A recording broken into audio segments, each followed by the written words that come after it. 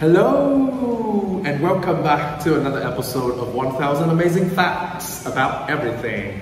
And today I'm going to walk you through some very interesting and surprising facts about Mr. Hippo again, several bees facts, and a hummingbird, and a butterfly, and the worst nightmare of everyone, cockroaches. Okay, let's do it. Did you know that hippo skin is 15 centimeters thick?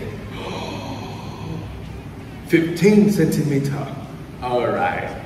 The queen bee may mate with up to 17 drones over a 1 to 2 days period of mating flights. Chắc có lẽ cái chữ tàu bay từ đây mà ra nè các bạn. Nhiệm vụ của con ong đực chỉ là gì? Nhiệm vụ của con ong chúa là quan hệ và đẻ thôi. Ok. Và nó có thể quan hệ tới 17 với 17 con đực trong từ 1 cho tới 2 ngày. Ok.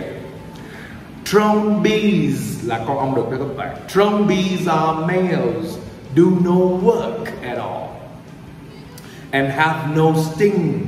Không có cái kim, không có cái kim để mà chích mình.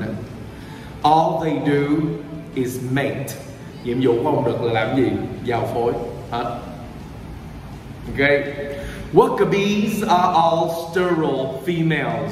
They cannot reproduce.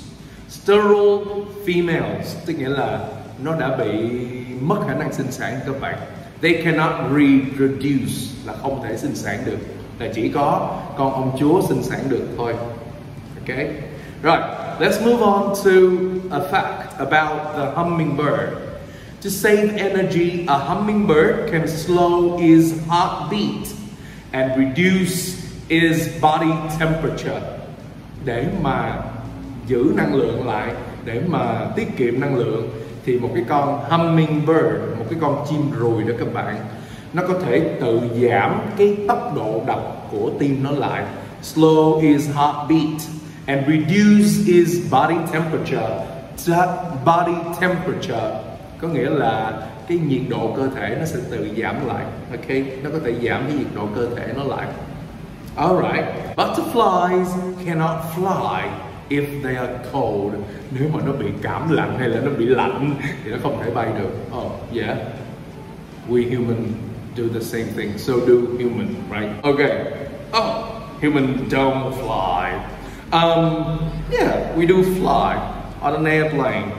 Okay, so cockroaches can live for weeks without their heads. Oh my God, they are headless and they can still live for weeks. Unbelievable. Một con gián có thể sống trong vòng vài tuần mà không cần có cái đầu của nó. Do you believe it? Oh my God, I hope this is not true. But for you, it's true. Okay, thank you very much for watching the video and see you in the next